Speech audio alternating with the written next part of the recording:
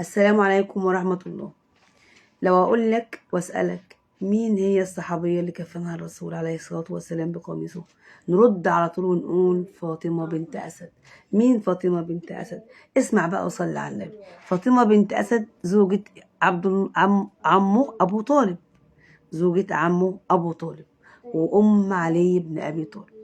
كانت انتوا عارفين ان الرسول عليه الصلاة والسلام كان بعد ما جده مات أبو طالب، جده عبد المطلب، عمه أبو طالب أخده عنده في البيت ورعاه وحماه من أذى قريش كتير كتير. ف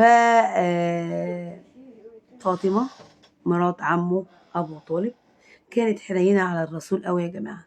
الرسول عليه الصلاة والسلام كان بيقول إيه؟ اسمع بقى، اسمع لما ماتت قال إيه.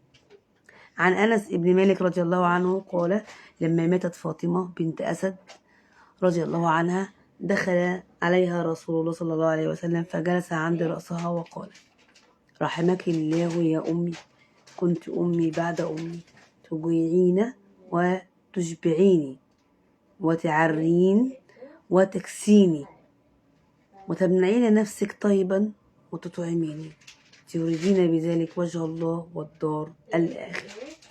ثم أمر الرسول صلى الله عليه وسلم أن تغسل ثلاثا، فلما بلغ الماء الذي فيه الكافور سكبه صلى الله عليه وسلم بيده، ثم خلع رسول الله صلى الله عليه وسلم قميصه فألبسها إياه وكفنها ببرد فوقه.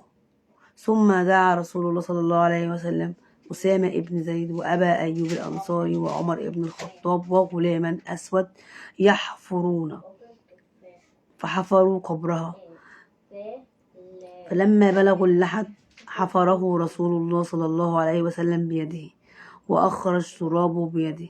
فلما فرغ دخل صلى الله عليه وسلم فأضجع فيه وقال: الله الذي يحيي ويميت وهو حي لا يموت، اغفر لأمي فاطمة بنت أسد ولقنها حجتها ووسع عليها مدخلها بحق نبيك والأنبياء الذين من قبلي، فإنك أرحم الراحمين.